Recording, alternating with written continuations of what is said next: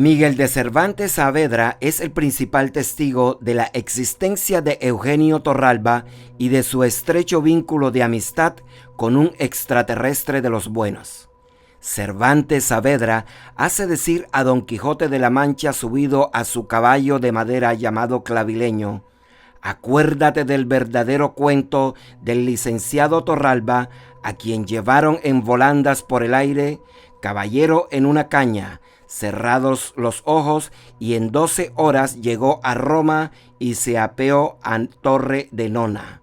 Y vio todo el fracaso, asalto y muerte de Borbón, y por la mañana estaba de vuelta en Madrid ya, donde dio cuenta de todo lo que había visto, el cual asimismo dijo que cuando iba por el aire mandó el diablo que abriese los ojos, y los abrió, y se vio tan cerca a su parecer del cuerpo de la luna que la pudiera asir con la mano, y que no osó mirar a tierra por no desvanecerse.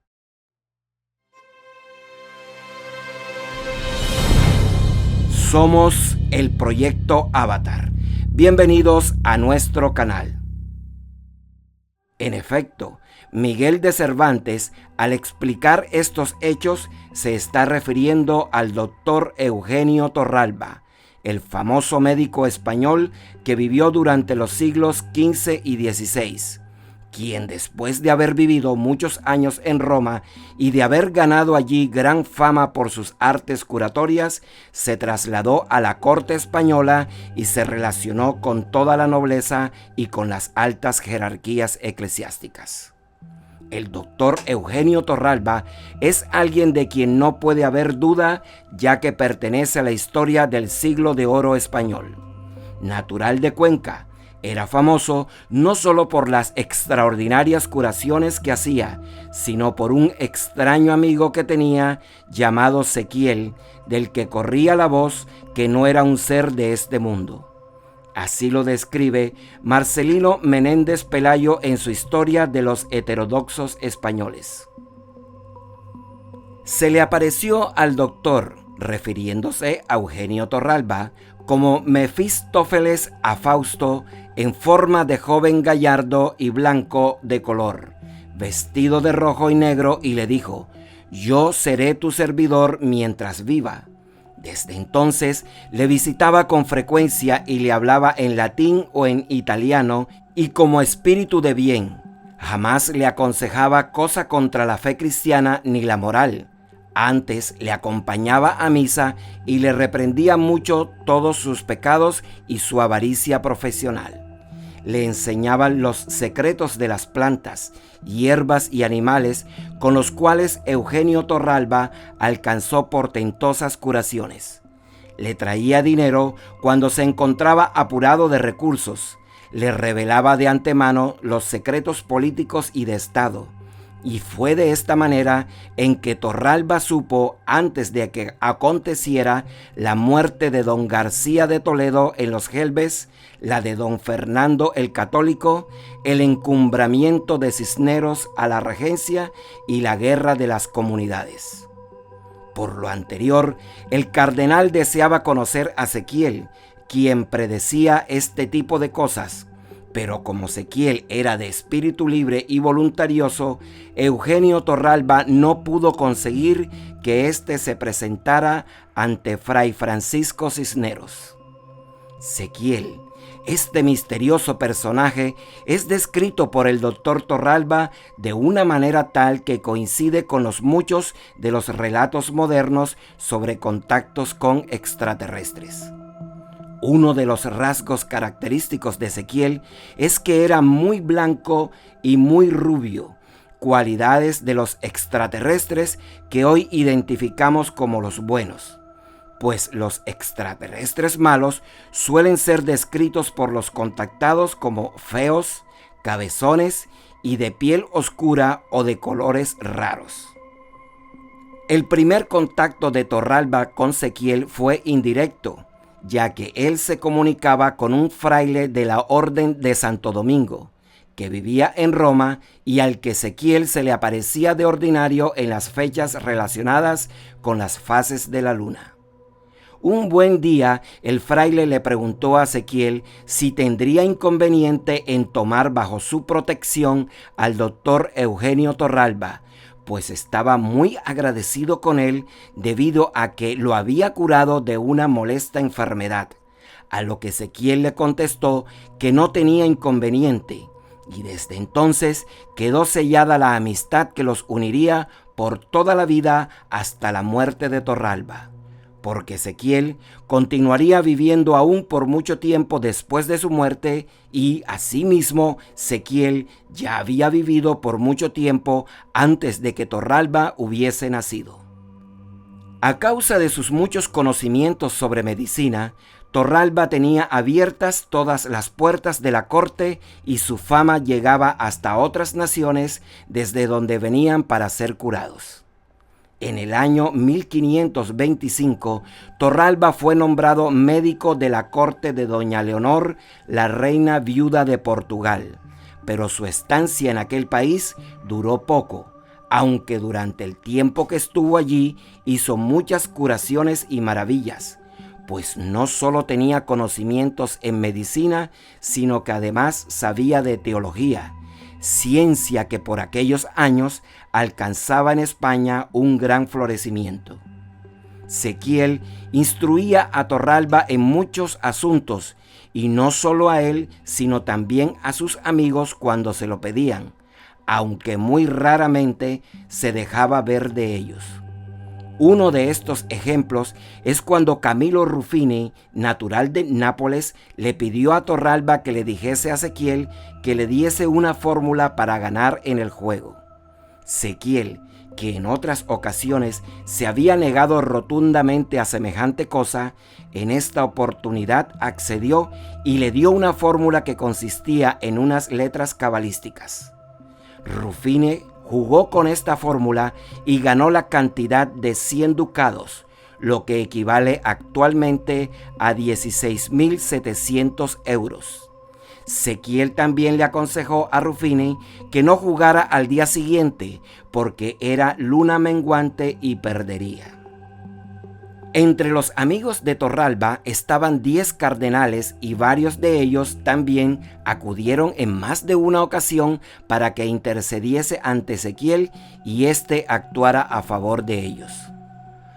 Un detalle interesante y que muestra la naturaleza de Ezequiel es que reprendía a Torralba porque éste cobraba en ocasiones grandes cantidades de dinero por las curaciones que hacía, valiéndose de los conocimientos que él le había dado.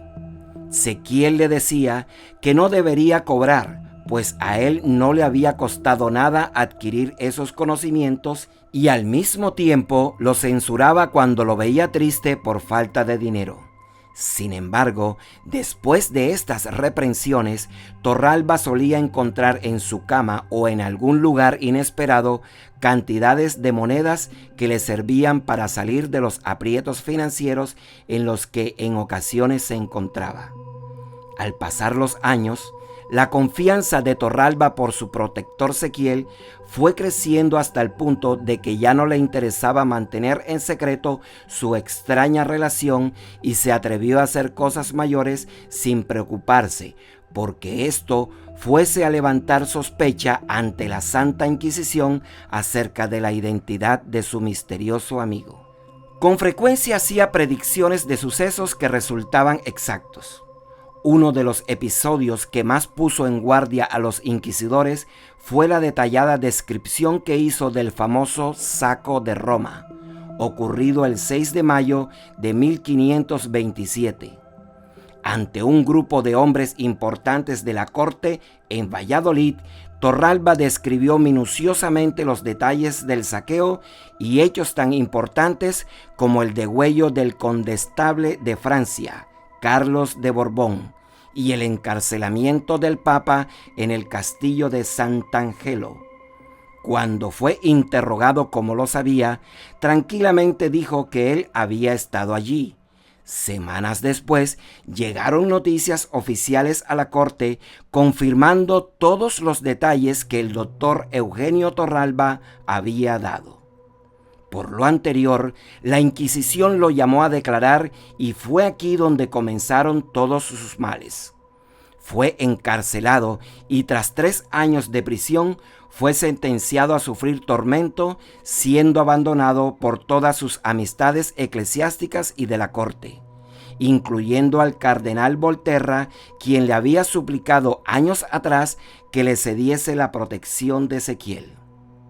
La manera como el doctor Eugenio Torralba explicaba sus viajes se asemeja mucho a lo que algunos contactados modernos relatan y mucho más a los relatos que leemos de las brujas.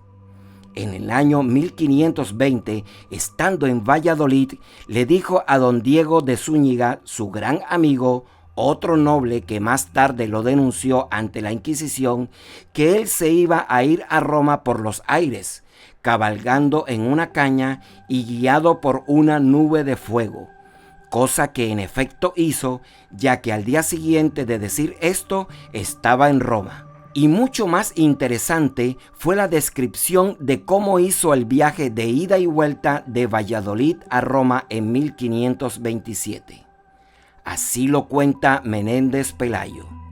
Salieron de Valladolid a las 11 en punto y estando a orillas del Pisuerga, Ezequiel hizo montar a nuestro médico en un palo muy recio y ñudoso. Le encargó que cerrase los ojos y que no tuviera miedo. Le envolvió en una niebla oscurísima y después de una caminata fatigosa en que el doctor, más muerto que vivo, unas veces creyó que se ahogaba y otras que se quemaba, remanecieron en Torre Nona y vieron la muerte del Borbón y todos los horrores del saco. A las 2 o 3 horas estaban de vuelta en Valladolid. Antes de separarse, Ezequiel le dijo al doctor: «Desde ahora deberás creerme cuanto te digo». En los anales de la Inquisición, en donde se narra todo su proceso, hay muchos otros detalles que nos dejan ver un auténtico contacto extraterrestre del siglo XVI. Se hace curioso el uso de un palo para cabalgar sobre él, que lógicamente tenía que resultar tan sospechoso para los inquisidores como el uso de fórmulas cabalísticas o la relación con las fases de la luna, y hasta la aparición repentina de un pequeño ser, sucedida a instancias de Ezequiel en Madrid. Podemos decir que estos hechos no son el fruto de la mente del pueblo, pues en el año 1527, un año antes de la prisión de Torralba, la Inquisición de Navarra celebraba un juicio contra 29 brujas a las que condenó por delitos de hechicería, entre los que estaba el volar por los aires. Menéndez Pelayo dijo al respecto: «El juez pesquisidor quiso certificarse de la verdad del caso y ofreció el indulto a una bruja si a su presencia y a la del todo el pueblo se untaba y ascendía por los aires, lo cual hizo con maravillosa presteza, remaneciendo a los 3 días en un campo inmediato. Según las actas, la bruja se elevó realmente por los aires y por allá anduvo nada menos que 3 días. Pero como pasa la mayoría de veces, en lugar de darse a la tarea de investigar seriamente de cómo ella podía realizar semejante proeza, el fanatismo de aquellos jueces hizo que las brujas fueran condenadas a azotes y a la cárcel. Si este video te pareció interesante, suscríbete a nuestro canal y activa la campana de notificaciones para que YouTube te avise cuando subamos el próximo video.